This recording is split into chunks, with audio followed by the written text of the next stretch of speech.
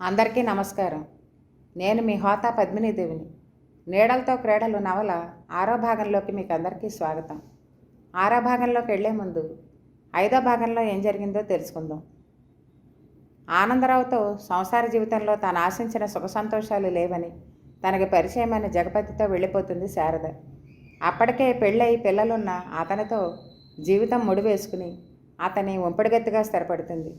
కానీ ఆమెలో తన కన్నబిడ్డ శ్వేతను వదిలిపెట్టాననే పశ్చాత్తాపం కలిగి ఆమెను చూడడానికి వచ్చానని అహల్యతో చెప్తుంది. శ్వేత ఆమెని అసహించుకుని తన మాటలతో వెళ్ళగొడుతుంది. బస్టాండ్లో నిలబడిన శ్వేత దగ్గరికి ఒక అపరిచిత యువకుడు వచ్చి ఆమెతో అసభ్యంగా మాట్లాడతాడు. అతని మాటలను బట్టి తనకి సుధీర్కి మధ్య శారీరక సంబంధం ఉందని అతనికి తెలిసిపోయిందని భయపడిన శ్వేత సుధీర్ని కలుసుకుంటుంది. ఇంకా ఈ చాటుబాటు వ్యవహారానికి స్వస్తి చెప్పి పెళ్లి చేసుకుందాం అంటుంది. తనకప్పుడే పెళ్లి చేసుకునే ఉద్దేశం లేదంటాడు సుధీర్. 15 రోజుల తర్వాత అనుపమ సుధీర్ పెళ్లి నిశ్చయమైందని చెప్తుంది.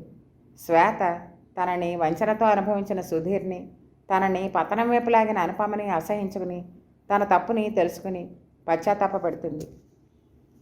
ఇంకా నవల్లోకి వెడదాం. శ్వేత ఈ దెబ్బ నుంచి తేరుకోవడానికి చాలా కాలం పట్టింది. ఆమె లోకాన్ని అర్థం చేసుకోగలిగింది. ఒక విధంగా ఇన్నాళ్ళు తనున్న భ్రమలో నుంచి బయటపడింది. పవిత్రత అనేది నాన్సెన్స్, శీలం అన్న మాటే అర్థం లేనిదని చెబుతూ అభ్యుదయవాదులమంటూ కాలు రగరేసేవాళ్ళు చివరికి పవిత్రతకి ఇచ్చినంత ప్రాధాన్యత దేనికి ఇవ్వరు. మగవాడికో న్యాయం, ఆడదానికో న్యాయం. తను ఎంతమందితో తిరిగినా పర్వాలేదు, తన భార్య మాత్రం పవిత్రాలే ఉండాలి. ప్రేమించడానికి ఒక స్త్రీ, పెళ్లి చేసుకోవడానికి ఇంకో ఆడది కావాలి. ప్రేమకి పనికొచ్చిన ఆడది పెళ్లి చేసుకోవడానికి పనికిరాదు. ప్రియురాలు స్థానం ప్రియురాలదే, భార్య స్థానం భార్యదే. ప్రియురాలు భార్య కాకూడదు, ఆమె పవిత్రత మాట ఎత్తకూడదు. భార్య మాత్రం పవిత్రంగా ఉండాలి. వీళ్ళు అభ్యుదయవాదులు. అభ్యుదయం పేరుతో ఆ ముసుగులో లోకాన్ని నమ్మిస్తూ ఏ ఎండక గొడుగు పెట్టే అవకాశవాదులు. శ్వేతకి మనుషులంటే నమ్మకం పోసాగింది. స్నేహానికి నిర్వచనం వంచన, ప్రేమకి మరో పేరు కామం, ఆకర్షణకి అర్థం వ్యామోహం. స్నేహం, ప్రేమ, నిజాయితీ, అభ్యుదయం, స్త్రీ స్వేచ్ఛ, సమానత్వం లాంటివి ఉత్తి పదాలు మాత్రమే. ఆ భావాలు అసలు ఈ సమాజంలోనే లేవు. ఉన్న స్వార్థపరుల క్రౌర్యానికి నలిగి వికృత రూపాన్ని దాల్చుతున్నాయి. శ్వేతలో ఈ భావాలు గాఢముద్ర వేసుకున్నాయి. కాలంతో పాటుగా శ్వేత గుండెలో సుధీర్ చేసిన గాయం మానపట్టిన ఆమె మనసులో బలంగా ముద్రేసుకున్న ఈ భావాలు మాత్రం చెరిగిపోలేదు. ఆమెకి మనుషులంటే అసహ్యం కలగసాగింది. ఇదివరలో తండ్రి తనకి స్వేచ్ఛనివ్వలేదని బాధపడేది. ఇప్పుడు తను కోరుకున్న స్వేచ్ఛ అర్ధరహితమైనదిగా అనిపించసాగింది. జ్ఞానోదయం కలిగిన క్షణం నుంచి పూర్వపు శ్వేతల చదువు మీదకి దృష్టి మళ్లించింది. ఇహలోక సంబంధాలకు అతీతమైన వ్యక్తిలా చదువు అనే తపస్సులో మునిగిపోయింది. శ్వేతలోని ఈ మార్పు అహల్యని సంతోషపెట్టింది. శ్వేత తన తప్పు తెలుసుకుని తనని తాను సరిదిద్దుకుంది. అది చాలు, ఆవిడ తృప్తిగా నిట్టూర్చింది. ఆనందరావు ఫారిన్ వెళ్ళి అప్పటికి 4.5 నెలలు. అతని దగ్గర నుంచి క్రమం తప్పకుండా ఉత్తరాలు వస్తున్నాయి. భార్యకి పిల్లలకి విడివిడిగా ఉత్తరాలు రాసి వారి యోగక్షేమాలు కనుక్కుంటూ ఉంటాడు అతను భార్యకి రాసే ఉత్తరాలలో ఎక్కువగా శ్వేతన గురించే ఆందోళనని వ్యక్తం చేస్తాడు. మీరేమీ బెంగపడకండి, శ్వేత బుద్ధిగా చదువుకుంటోంది, దానివల్ల నాకు ఎలాంటి సమస్యలు చికాకులు లేవు అని రాస్తుంది అహల్య. తనకి లొంగదనుకున్న శ్వేత వలన తనకు ఎలాంటి సమస్యలు ఎదురవ్వలేదు. ఏవో చిన్న చిన్న పొరపాట్లు శ్వేత చేసినా అవి వయసు తొందరపాట్లో జరిగిన పొరపాట్లుగానే భావించింది ఆవిడ. అయితే శ్వేత దిద్దుకోలేని తప్పు చేసిందనే భయంకరమైన నిజం ఆవిడకి ఇప్పటికీ తెలియదు. ఆ రహస్యం శ్వేత గుండెల్లో నిక్షిప్తమే ఉండిపోయింది. శ్వేత ఇప్పుడిప్పుడే తన జీవితంలోని ఆ దుస్సంఘటనని పీడకలగా భావించి మర్చిపోవడానికి ప్రయత్నిస్తోంది. గడిచిపోయిన పొరపాటుని విస్మరించి భవిష్యత్తుకి నూతనాధ్యాయం తెరవబోతోంది. అవును, నూతనాధ్యాయం మొదలవబోతోంది. టేబుల్ మీద ఉన్న ఫోను గణగణలాడింది. ఏకదీక్షగా చదువుకుంటున్న శ్వేత ఫోన్ ఎత్తింది. Hello, I want Miss Shweta. అవతల వినవచ్చిన పురుషస్వరం ఆమెకి అపరిచితమైంది. శ్వేతనే మాట్లాడుతున్నాను, మీరెవరు? నేనే, గుర్తుపట్టలేదా? అవతల నవ్విన శబ్దమైంది. సారీ, మీరెవరో నాకు తెలియదు. ఫోన్ పెట్టేసింది శ్వేత. 2 అడుగులు వేసిందో లేదో మళ్ళీ ఫోన్ మోగింది. శ్వేత మళ్ళీ ఫోన్ తీసింది. మాట్లాడుతుండగానే ఫోన్ పెట్టేస్తామేం శ్వేత? సారీ, మీరెవరో నాకెంత ప్రయత్నించినా గుర్తు రావడం లేదు. ఆమె గొంతులో విసుగు. పోనీ మీ రేట్ అంతా? నాతో ఒక రాత్రి గడపడానికి మీరేం తీసుకుంటారు అని అడిగిన వ్యక్తి గుర్తున్నాడా శ్వేత? ఆ వ్యక్తిని నేనే. శ్వేత ముఖం కోపంతో ఎరిపెక్కింది. ఆమె రక్తం ఉడుకులెత్తింది. షటప్, గద్దింపుగా అంటూ ఫోన్ పెట్టేసింది. ఆమెకి అవమానంతో కోపంతో శరీరం అంతా దహించుకుపోతున్నట్టు అనిపించింది. ఎవడు వీడు? ఎందుకు తనని వెంటాడు వేధిస్తున్నాడు? ఆమెకి మతిపోతోంది. పోలీస్ రిపోర్ట్ ఇద్దాం అనుకుంది. అలా నిశ్చయించుకోగానే కాస్త ధైర్యం వచ్చింది. ఆ రాత్రి మళ్ళీ ఫోన్ మోగింది. శ్వేతే ఫోన్ తీసింది. హలో, అవతల స్వరం వాడిదే. శ్వేత ఊపిరి బిగబెట్టింది. మిస్ శ్వేత? పొంగిపొరలో వచ్చే కోపాన్ని అదింపడుతూ మృదువుగా అడిగింది. ఎవరు నువ్వు? నీ పేరేమిటి? ఏ, పోలీస్ రిపోర్ట్ ఇద్దామనా? అతను నవ్వాడు. నా పేరు రాజు. పోలీస్ రిపోర్ట్ ఇచ్చే ముందు నువ్వు చిన్న పని చేయి. నాకు 2000. 2000 ఎందుకు ఇవ్వాలి? శ్వేత సాధ్యమైనంత మృదువుగానే మాట్లాడి వీడి సంగతి ఏమిటో తేల్చుకుందాం అనుకుంది. ఎందుకు ఇవ్వాలా? అతను నవ్వాడు. నువ్వు సుధీర్తో శృంగార సామ్రాజ్యాన్ని ఏలావన్న నిజాన్ని బయట పెట్టకుండా ఉండేందుకు. షాక్ కొట్టినట్టుగా తల మీద పిడుగులు పడ్డట్టుగా స్తంభించిపోయింది శ్వేత. ఆమె చేతివేళ్లలో మొదలైన వణుకు శరీరం అంతా పాకింది. అతి కష్టం మీద తనంతా నిలదొక్కుంటూ లేని ధైర్యాన్ని తెచ్చుకుంటూ గంభీరంగా అంది. సుధీర్కి నాకు ఏమిటి సంబంధం? ప్రేయసి ప్రియుల మధ్య ఉండే సంబంధం. సుధీర్ ఎవరో నాకు తెలియదంటే నువ్వేం చేయగలవు? నువ్వు సుధీర్ గెస్ట్ హౌస్లో సాగించిన శృంగార క్రీడలు ఫోటోల రూపంలో నా దగ్గర ఉన్నాయంటాను. శ్వేత చేతిలోని రిసీవర్ జారిపడింది. ఆమె నిలబడే శక్తి లేక కుర్చీలో కొలబడి తలని 2 చేతులతో గట్టిగా అదుముకుంది. చాలాసేపటి తర్వాత రిసీవర్ని యథాస్థానంలో పెట్టేసింది. ఫోన్ మళ్ళీ మోగింది. ఆమె ఉలిక్కిపడింది. ఫోన్ అదే పనిగా మోగుతోంది. ఆమె వణుకుతున్న చేతితో ఫోన్ అందుకుంది. నేనే అంది అవతల స్వరం. పాపం అనుకోని షాక్కి తట్టుకోలేకపోయి ఉంటావు. హీనస్వరంతో అడిగింది. ఏం కావాలి నీకు? డబ్బు 2000. శ్వేత కొద్ది సెకన్ల నిశ్శబ్దం తర్వాత అంది. నా దగ్గర అంత డబ్బు లేదు. నీ దగ్గర లేకపోవచ్చు, నీ ఇంట్లో ఉంటుంది. ఆమెకి నిస్సహాయతతో దుఃఖం వచ్చింది. చెప్పు, ఇస్తావా? రెట్టించాడు అతను. ఇస్తాను. నన్ను రమ్మంటావా? వద్దు వద్దు, కంగారుగా అంది శ్వేత. నేనే వస్తాను. ఎక్కడికి రావాలో చెప్పు. అతను అడ్రస్ చెప్పాడు. చూడు, పోలీసులను వెంట పెట్టుకుని రావడం లాంటి తెలివైన పనులు చేయకు. నువ్వు ఆ ప్రయత్నం చేస్తే నేను నా ప్రయత్నం మీద ఉంటాను. శ్వేత ఫోన్ పెట్టేసింది. స్వప్నావిష్కరాల్లా గదిలోకి వచ్చింది. ఆమెకి ఉప్పెల్లా దుఃఖం ముంచుకొచ్చింది. సుధీర్ మోసం చేసినప్పుడు కూడా అంత బాధపడలేదు. నిస్సహాయంగా చేతుల్లో ముఖం దాచుకుని ఏడుస్తోంది. అహల్య వంట చేస్తోంది. శ్రీకాంత్ తన గదిలో చదువుకుంటున్నాడు. శ్వేత తండ్రి బెడ్రూమ్లోకి నడిచింది. బీరువా తెరిచి లాకర్లో ఉన్న నోట్ల కట్టని వణుకుతున్న చేతులతో తీసి బ్యాగ్లో పెట్టుకుంది. తర్వాత మళ్ళీ బీరువాని మూసేసి తన గదిలోకి వచ్చింది. సాయంకాలం ఆమె రాజు చెప్పిన అడ్రస్ వెతుక్కుంటూ ఆటోలో వెళ్ళింది. అది సిటీలో మారుమూలన్న ఒక పాత హోటల్. ఆమె సందేహిస్తూనే హోటల్లోకి నడిచింది. హలో, తన పక్కగా వినిపించిన పలకరింపుతో శ్వేత ఉలికిబాటుగా తల తిప్పింది. వాడే రాజు. శ్వేత పెదవులు బిగపెట్టింది. తెచ్చావా? అతను అడిగాడు. తల ఒప్పింది. అతను ఒక మూల టేబుల్ దగ్గరికి నడిచాడు. నిస్సహాయంగా అతన్ని అనుసరించింది. అతను చిన్న నల్లని తోలు బ్యాగ్ని టేబుల్పై పెట్టాడు. తెచ్చిన క్యాష్ ఇందులో పెట్టు. శ్వేత హ్యాండ్ బ్యాగ్ తెరిచి తను తెచ్చిన డబ్బుని ఆ బ్యాగ్లో పెట్టింది. ఇలా నీచంగా సంపాదించిన డబ్బుతో నువ్వు బాగుపడతావా? చేత్కరిస్తూ అంది. ఇందులో నీచానికే ఉంది? అది నా వృత్తి ధర్మం. రాజు తాపీగా సిగరెట్ వెలిగించాడు. చిచి, శ్వేత ఎంత తృణీకారంగా అసహించుకుంటూ అతన్ని చూసిందో అతను అంత కూల్గా వినోదంగా చూశాడు.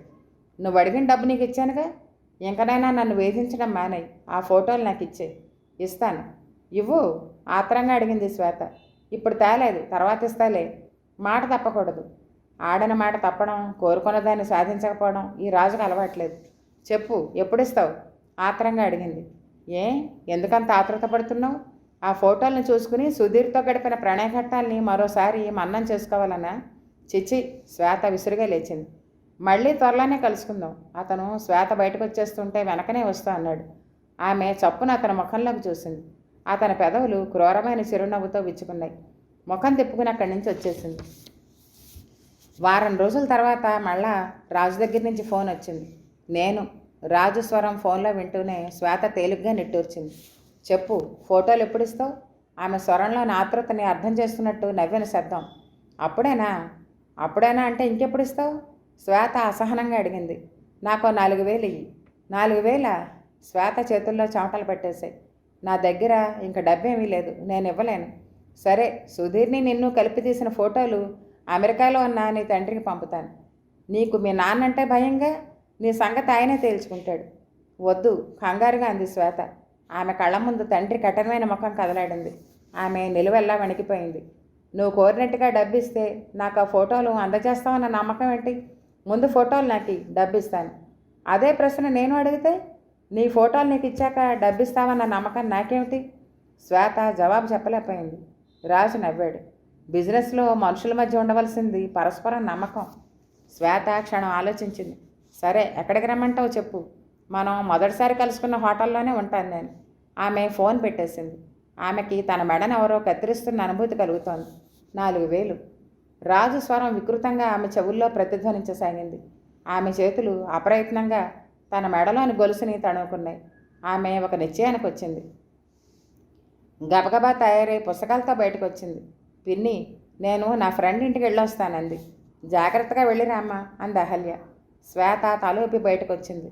ఆమె వెళ్ళేసరికి రాజు ఆమె కోసమేనన్నట్టు ఎదురు చూస్తున్నాడు. నువ్వు వస్తావనుకోలేదు అన్నాడు శ్వేతను చూడగానే రిలీఫ్గా. ఇంత లేట్ అయిందే? శ్వేత మాట్లాడలేదు. ఒక మూల టేబుల్ దగ్గరికి నడిచి కూర్చుంది. ఫోటోలు తెచ్చావా? అతన్ని సూటిగా చూస్తూ అడిగింది. ఆమె స్వరంలోని ఆతృతకి అతని పెదవులపై కసితో కూడిన చిరునవ్వు ఉదయించింది. ఆడిన మాట తప్పడం ఈ రాజుకి ఎప్పుడూ అలవాట్లేదు. అతను పక్కనే ఉన్న బ్రీఫ్ కేస్ తెరిచాడు. అందులో నుంచి ఒక కవర్ తీసి విలాసంగా ఆమె ముందు ఊపాడు. డబ్బు తెచ్చావా? నా దగ్గర డబ్బు లేదు. శ్వేత సమాధానానికి అతను చరాలన్న తలెత్తాడు. ఆమె చేతులు మెడవెనక్కి పానిచ్చి గొలుసుకున్న హుక్కును ఊడదీసింది. గొలుసుని బల్ల మీద అతనికి ఎదురుగా పెడుతూ 5,000 రూపాయల ఖరీదైన గొలుసుది, తీసుకో అంది. బంగారందేనా? అతను అనుమానిస్తున్నట్టు చూశాడు. రోల్డ్ గోల్డ్ అనుకున్నావా? శ్వేత వ్యంగ్యంగా అంది. ఏ మార్వాడి దగ్గరికైనా వెళ్ళి పరీక్ష చేయించుకో. ఇలాతే అతను గొలుసు కోసం చేయి చెప్పాడు. ముందు ఫోటోలు ఇలాగేవు. శ్వేత గొలుసు ఇవ్వకుండా అంది. గొలుసు పుచ్చుకుని ఫోటోలు ఇవ్వకుండా పారిపోతానని భయమా? అతను నవ్వుతూ ఫోటోలో ఉన్న కవర్ అందించాడు. శ్వేత కవర్ని ఆత్రంగా అందుకుని గొలుసుని అతనిపైకి విసిరింది. ఏమో, నువ్వు బ్లాక్మెయిలర్వే కాక దొంగ కూడా అయితే వెటకారంగా అంటూ కవర్ తెరిచింది. దానిలోని ఫోటోలను చూడగానే ఆమె ముఖంలో జుగుప్స, సిగ్గు, అసహ్యం లాంటి భావాలెన్నో కదలాడసాగాయి. తాను సుధీర్తో పడక గదిలో ఉండగా రకరకాల భంగిమలో తీసిన ఫోటోలవి. ఆమెకి తల భూమిలో కురిగిపోతున్న అనుభూతి కలిగింది. తనను తాను సంభాళించుకోవడానికి ప్రయత్నిస్తూ నెగిటివ్ల కోసం ఆత్రంగా వెతికింది. కానీ కవర్లో నెగిటివ్లు లేవు. ఆమె చురుగ్గా చూస్తూ అడిగింది. నెగిటివ్లేవి? నువ్వు నన్ను నెగిటివ్లు తెమ్మని అడగలేదే, ఫోటోలు ఒక్కటే అడిగావు. అతను కనుబొమ్మల పైకెత్తి చూస్తూ అన్నాడు. You bastard. శ్వేత పళ్ళు కొరికింది. ఆమె కోపానికి చలించినట్టు అతను నవ్వాడు. నెగిటివ్లేవి? శ్వేత కటువుగా రెట్టించింది. మా బాస్ దగ్గర ఉన్నాయి. ఎవరు మీ బాస్? నేను చెప్పను. హతాశురాలైంది శ్వేత. ఆమెలో అంతవరకు ఉన్న కోపం ఆవిరే దాని స్థానంలో భయం, ఆందోళన కలగాపలకంగా ఆక్రమించుకున్నాయి. జారిపోతున్న ధైర్యాన్ని కూడ తీసుకుంటూ నిబ్బరంగా ఉండడానికి వృధాగా ప్రయత్నిస్తూ అంది. ఆ నెగిటివ్లు మీ బాస్కెందుకు? ఎందుకేమిటి అర్థం లేని ప్రశ్న. కాపీలు తీయించుకోవడానికి. ఆయనకి అలాంటి ఫోటోలు అంటే చాలా సరదా. శ్వేత దాదాపు ఏడుస్తూ బతిమాలే ధోరణిలో ఉంది. ప్లీజ్, ఆ నెగిటివ్లు నాకు ఇచ్చేయి. నన్ను ఎందుకు ఇలా వేధిస్తున్నావు? నా దగ్గరుంటే నీకు ఇచ్చేసేవాడినే, కానీ మా బాస్ దగ్గర ఉన్నాయి. ఆయన వాటికి ఎంత ధర నిర్ణయిస్తాడో నాకు తెలీదే. శ్రావణ మేఘాల లాంటి ఆమె కళ్ళు అతను ఏమాత్రం కదిలించలేదు. ప్లీజ్, నా దగ్గర డబ్బేమీ లేదు. నన్ను ఏడిపించగా నెగిటివ్లు నాకు ఇచ్చేయి. చేతులు జోడిస్తూ అంది శ్వేత. ప్రయత్నిస్తాను. రాజు ఆమె ముఖంలోకి సాలోచనగా చూశాడు. ప్లీజ్, నాకు ఎలాగైనా ఆ నెగిటివ్లు తెచ్చిపెట్టు మళ్ళీ అంటూ దీనంగా కన్నీళ్లు పెట్టుకుంది. ప్రయత్నిస్తానన్నానుగా, నువ్వు వెళ్ళు. నెగిటివ్లు తేగానే ఫోన్ చేస్తాను, వచ్చి తీసుకెళ్ళు. శ్వేత ఈసారి మనస్ఫూర్తిగా చేతులు జోడించింది. థ్యాంక్ యూ అని కూడా అంది. అహల్య ఇంటి ఖర్చుల కోసం డబ్బు తీసింది. డబ్బు 2,000 తక్కువగా ఉంది. ఇదేమిటి? ఆమెకు మతిపోయింది. తాను ఇంటి ఖర్చులన్నీ మర్చిపోకుండా ప్రతి నెల అకౌంట్ రాస్తూనే ఉంది. మరి డబ్బు ఎలా తక్కువ వచ్చింది? ఆవిడ ఆలోచిస్తోంది. 100, 200 కాదు, 2,000. ఎంత ఆలోచించినా ఆవిడకి ఆ డబ్బు ఏమైందన్నది అంతుపట్టలేదు. ఆవిడకి శ్వేత ఆ డబ్బు తీసిందన్న అనుమానం లేసి మాత్రమైనా కలగలేదు. ఆవిడకి ఎవరిని అడగాలో ఏం చేయాలో పాలుపోలేదు. ఆ సాయంకాలం అహల్య శ్వేత భోజనం చేస్తున్నప్పుడు ఆమె మెడ బోసిగా ఉండడం గమనించింది. గొలుసు వేసుకోలేదేం శ్వేత? ఆవిడ అడిగింది. అది తెగిపోయింది పిన్ని, బీరవాలో దాచాను అంది శ్వేత. మీ నాన్నగారు వచ్చాక కంసాల దగ్గరికి తీసుకెళ్ళి అతుకు పెట్టిస్తానంది అహల్య. శ్వేత రాజు దగ్గర నుంచి ఫోన్ వస్తుందని ఎదురు చూస్తోంది. 4-5 రోజులు గడిచాయి. ఆమెకి ఆత్రంగా భయంగా ఉంది. చివరికి ఆమె నిరీక్షణ ఫలించింది. ఆ రాత్రి 7 గంటలకి రాజు ఫోన్ చేశాడు. శ్వేత ఆత్రంగా అడిగింది, మీ బాస్ నెగిటివ్లు ఇచ్చాడా? ఇచ్చాడు. చెప్పు, నన్ను ఎక్కడికి రమ్మంటావు? అతను చెప్పాడు, మొజాంజాహి మార్కెట్ దగ్గర న్యూ ప్యారడైజ్ లాడ్జిలో ఉంటాను నేను. రేపు సాయంకాలం 6 గంటలకి రూమ్ నెంబర్ 23కి రా. అతను తనని డబ్బు తెమ్మని అడగనందుకు సంతోషించింది శ్వేత. థ్యాంక్ యూ రాజు, నీ మేలు ఈ జన్మలో మర్చిపోను, సంతోషం నిండిన స్వరంతో అంది. థ్యాంక్స్ చెప్పవలసింది నాకు కాదు, మా బాస్కి. అతను ఫోన్ పెట్టేశాడు. శ్వేతకి చెప్పలేనంత సంతోషంతో మనసు మోగబోయి కళ్ళల్లో నీళ్ళు వచ్చేసాయి. అమ్మయ్యా, తనని అనుక్షణం వెంటాడి వేధించే సమస్య తీరిపోయింది. అందుకు కారకుడు రాజు అనుకోగానే ఆమె మనసంతా తన ఎడల కృతజ్ఞతతో నిండిపోయింది. శ్వేత ఫోన్ పెట్టేసి వస్తుండగా అహల్య అడిగింది, రాజు ఎవరు శ్వేత? శ్వేత తడబాటు కప్పిపుచ్చుకుంటూ అంది, రాజు అదే రాజేశ్వరి, నా క్లాస్మేట్. అలాగా అంది అహల్య. మర్నాటి సాయంకాలం శ్వేత రాజు చెప్పిన హోటల్కి వెళ్ళింది. రూమ్ నెంబర్ 23 ముందు ఆగి బెల్ నొక్కింది. 2 నిమిషాల తర్వాత తలుపు తెరుచుకుంది. రాజు చిరునవ్వుతో చూశాడు. వెల్కమ్ అన్నాడు పక్కకి తొలగి నిలబడుతూ. శ్వేత లోపలికి వచ్చింది. రాజు తలుపు మూశాడు. కూర్చో అన్నాడు. ఆమె అక్కడున్న సోఫాలో కూర్చుంది. నేను త్వరగా వెళ్ళిపోవాలి అంది. విడదూగానిలే, తొందరే. రాజు నవ్వాడు. నెగిటివ్లు అర్ధోక్తులు ఆగిపోయింది. తెచ్చాను. అతను జేబులోంచి ఒక కవర్ తీశాడు. శ్వేత ఆత్రంగా అందుకుంది. కవర్ తీసి నెగిటివ్ని చూడగానే ఆమె ముఖంలో సంతృప్తితో కూడిన మెరుపు కనిపించింది. Thank you Raju, thanks a lot అంది. నువ్వు కోరినట్టుగా నెగిటివ్లు నీకు ఇచ్చేశాను. మరి నా ప్రతిఫలం ఏమిటి? రాజు తాపీగా సిగరెట్ వెలిగించుకుంటూ అన్నాడు. శ్వేత ముఖం పాలిపోయింది. నువ్వు అడిగినప్పుడల్లా నువ్వు కోరిన డబ్బు చెల్లిస్తూనే ఉన్నాను కదా, ఇంకా ఏం కావాలి? ఆ డబ్బు పైసా కూడా నాకు దక్కలేదు, అంతా మా బాస్ తీసేసుకున్నాడు. అందుకు నేనేం చేయను? ఈ నెగిటివ్లు మా బాస్ దగ్గర నుంచి తీసుకురావడానికి నేను ఎంత కష్టపడ్డానో తెలుసా? నీ జీవితం అపఖ్యాతి పాలు కాకుండా సాయపడ్డాను. నా దగ్గర డబ్బేమీ లేదు, నీకు నేను డబ్బిచ్చే స్థితిలో లేను. శ్వేత నిస్సహాయంగా అంది. నువ్వు ఇవ్వాలనుకుంటే ఇవ్వగలవు, నా దగ్గర డబ్బేమీ లేదని చెప్తున్నాను. డబ్బు లేకపోతే నీకు అందం ఉందిగా. శ్వేత చరాలను లేచింది. అతని మాటల్లోని అర్థం బాధపడగానే ఆమె ముఖం కోపంతో ఎరిపెక్కింది. ఏమిటి ఉద్దేశం? నేను ఒళ్ళమ్ముకునే వెలయాలని అనుకున్నావా? ఎందుకంత కోపం శ్వేత? నేను నిన్ను వెలయాలవని అన్నానా? నువ్వేమీ కన్నెపిల్లవు కావు. నీ కన్యాత్వాన్ని ఏనాడో సుధీర్కి అర్పితం చేసావు. ఒకసారి ఎంగిల్ చేయబడ్డదానివి మరోసారి ఎంగిల్ చేయబడితే నష్టం ఏమిటి? నీ ఇష్టం, ఆలోచించుకో. లేదా ఒక 20,000 ఇలా పడేసి ఆ నెగిటివ్లు పట్టుకెళ్ళు. 20,000 ఎక్కడి నుంచి తెమ్మన్నావు అంత డబ్బు? శ్వేత నిస్సహాయంగా కన్నీళ్లతో చూసింది. అది నాకు అనవసరం, నాకు కావాల్సింది 20,000. లేకపోతే డబ్బు ఖర్చు లేని మరో చక్కని మార్గం చెప్పానుగా. నీ ఇష్టం, ఆలోచించుకో. అతను ఆమె చేతిలోని కవర్ని తన చేతిలోకి తీసుకున్నాడు. శ్వేత శిలలా నిలబడిపోయింది. ఆమె మెదడులో రక్తనాళాలు చిట్లిపోతున్న అనుభూతి కలుగుతోంది. ఆమె కళ్ళ ముందు ఆ ఫోటో నెగిటివ్లు ఒకటే కనిపిస్తున్నాయి. ఆమె కొద్దిసేపటి తర్వాత ఆలోచనలో నుంచి తేరుకుంటూ తల విదిలించింది. సరే, నీ ఇష్ట ప్రకారమే, కానీ ముందా నెగిటివ్లు నాకు చేయి చేస్తోంది. రాజు ముఖంలో చిరునవ్వు ఉదయించింది. అతను కవర్ తీసి ఆమెకి ఇచ్చాడు. శ్వేత ఒకసారి నెగిటివ్లన్నింటినీ తన దగ్గరున్న ఫోటోలతో పరిశీలించి వాటిని హ్యాండ్ బ్యాగ్లో బదిలిపరుచుకుంది. ఎక్కడ? అతని వైపు చూస్తోంది. ఇక్కడే. అతను లేచి ఆమె నడుము చుట్టూ చెయ్యేశాడు. ఆమె పక్కనే కూర్చుని తను కొనుక్కున్న బొమ్మని తృప్తిగా పరిశీలించినట్టు ఆమెని నకసక పర్యంతం పరీక్షగా చూశాడు. You are very beautiful. అతని కళ్ళల్లో ప్రశంస కంటే కాంక్ష ఎక్కువగా కనిపించింది. అతని చేతులు తన శరీరాన్ని చుట్టుకుంటూ ఉంటే శ్వేత నిస్సహాయంగా కళ్ళు మూసుకుంది. పావుగంట తర్వాత అతనిలో రగులుకున్న అగ్ని చల్లారింది. ఆమె చెదురని జుట్టుని నలిగిన చీరని సర్దుకుంది. బయట కొంగుతో ముఖం తుడుచుకుంటూ తడిగా ఉన్న చెంపలను చూసి ఎంతసేపు ఏడ్చానా అనుకుంది. ఇంకా తనలో దుఃఖం, ఆవేశం, కోపం లాంటి భావాలు దాగున్నందుకు ఆశ్చర్యపడుతోంది ఆమె. లేచి హ్యాండ్ బ్యాగ్ తీసుకుంది. రాజు లేచి మూసున్న తలుపుని తెరిచాడు. Thank you. దేనికి? శ్వేత స్వరం నిర్లిప్తంగా ఉంది. ఈ సాయంకాలం ఇంత మధురమైన అనుభవాన్ని నాకు అందించినందుకు. నీతో గడిపిన ఈ సాయంకాలాన్ని జీవితం అంతా గుర్తుంచుకుంటాను. ఆమె వెళ్ళడానికి ఉద్యుక్తురాలై రూమ్ దాటి బయటికి రాగానే అతను ఆమె చెయ్యి పట్టి ఆపి ఆఖరిసారి అన్నట్టు ఆమె పెదవుల్ని గాఢంగా ముద్దు పెట్టుకున్నాడు. Excuse me. పక్క రూమ్లోంచి బయటకు వచ్చిన ఒక యువకుడు ఆ ఇద్దరిని ఆ స్థితిలో చూసి తప్పు చేసిన వాళ్ళ తలదించుకుని వెనక్కి తిరిగాడు. శ్వేత అతని స్వరం వినగానే తన ముఖానికి అతి దగ్గరగా ఉన్న రాజు ముఖాన్ని విసురుగా తోసేసింది. క్షణంలో సగం సేపు ఆ యువకుడి ముఖంపై నిలిచింది ఆమె దృష్టి. అప్పటికే అతను వడివడిగా తన రూమ్లోకి వెళ్ళిపోయాడు. చిచ్చి, నీకు సిగ్గుందా? నలుగురు మసలే కారిడార్లో ఏమిటిది? శ్వేత ఏహ్యంగా అంది. మన బతుకు నడిబజారుకి ఎక్కాక ఇంకా సిగ్గేమిటి? అతను వెకిలిగా నవ్వాడు. ఈ ఇడియట్. శ్వేత చరాళ్ళు అక్కడి నుంచి వచ్చేసింది. శ్వేత స్తబ్దంగా నిర్లిప్తంగా మారిపోయింది. ఆమెకి భవిష్యత్తు భయంకరంగా కనపడుతోంది అనడం కంటే భవిష్యత్తు ఆమెని భయపెడుతోంది అనడం సమంజసంగా ఉంటుందేమో. తన భవిష్యత్తు ఏమిటి అనే ప్రశ్న రాత్రి పగలు ఆమెని కలవర పెడుతోంది. తనేం పోగొట్టుకుందో ఆమెకు అర్థం అవసాగింది. తను పవిత్రతను కోల్పోయింది.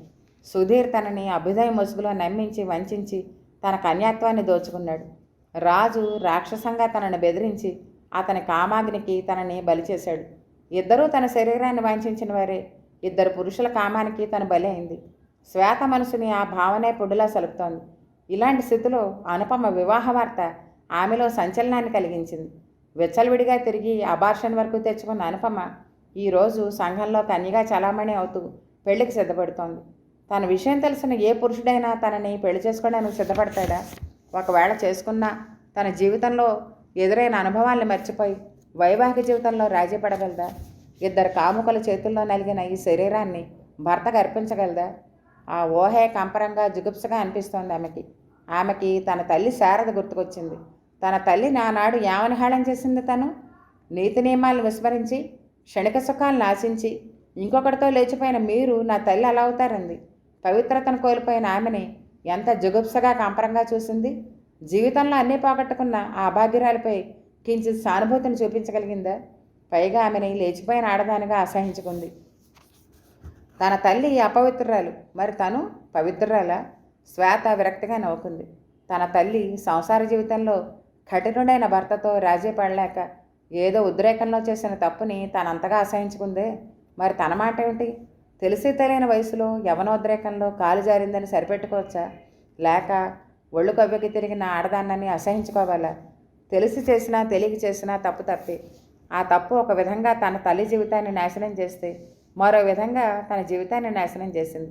జరిగిన పొరపాటు దిద్దుకోలేనిదైనా దిద్దుకోవడానికి ప్రయత్నిస్తుండగానే విధి మరోసారి తన జీవితంతో క్రూరంగా ఆటలాడుకుంది. ఆమె వ్యధగా నిట్టూర్చింది.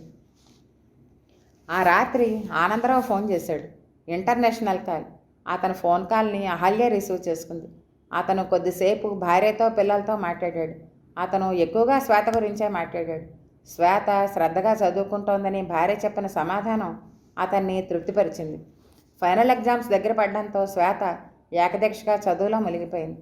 ఈ చదువు పూర్తయి ఏదో ఒక ఉద్యోగం సంపాదించుకుని తన కాళ్ళ మీద తను నిలబడగలగాలి అన్నదే ఆమె ధ్యేయం.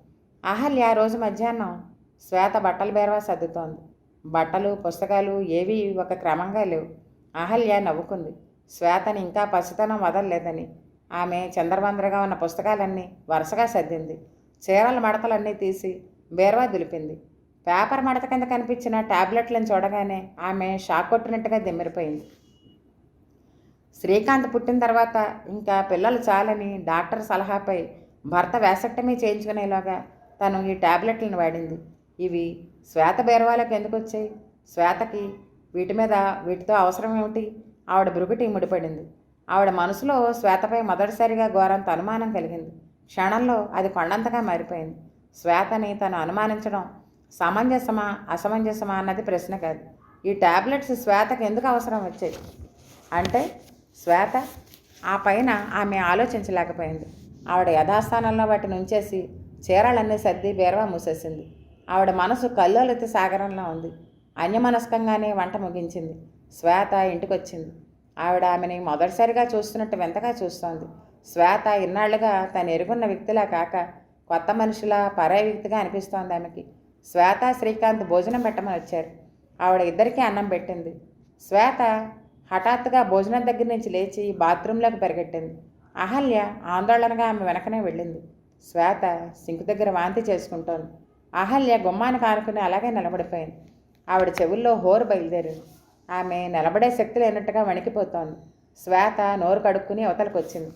తననే కళ్ళప్పగించి చూస్తున్న అహల్యను చూసి ముఖం చిట్లించింది. నీకెక్కడేం పని? చోద్యం చూస్తూ నిలబడ్డావు? వ్యంగ్యంగా అంది. శ్వేత అనగలిగింది ఎలాగో నోరు పెగల్చుకుని. నేనేమి అయిపోను కానీ అవతలకెళ్ళు. ఆమె విసురుగా తన గదిలోకి వెళ్ళిపోయింది. శ్వేత గదిలో అస్థిమితంగా మంచం మీద కదులుతోంది. నెల రోజులుగా మనసులో సుడి తిరుగుతున్న అనుమానం ఆమెకి బలపడింది. తను గర్భవతి. శ్వేతకి అప్రయత్నంగా రాజు గుర్తొచ్చాడు. అతనితో గడిపిన సాయంకాలం గుర్తుకొచ్చింది. ముఖంపై వెకిలి నవ్వుతో అతను గుర్తురాగానే ఆమె శరీరం జుగుప్సతో జలధరించింది. ఇంతటితో ఈ నవల 6వ భాగం సమాప్తం. మళ్ళీ 7వ భాగంలో కలుసుకుందాం. అంతవరకు సెలవు. అందరికీ నమస్కారం. ఈ నవల మీకు నచ్చినట్టయితే లైక్ చేయండి, షేర్ చేయండి, కామెంట్ చేయండి. నా నవలలను వినాలనుకునే వాళ్ళు నా ఛానల్ని సబ్స్క్రైబ్ చేయండి. నోటిఫికేషన్ కోసం పక్కనే ఉన్న బెల్ ఐకాన్ని క్లిక్ చేయండి.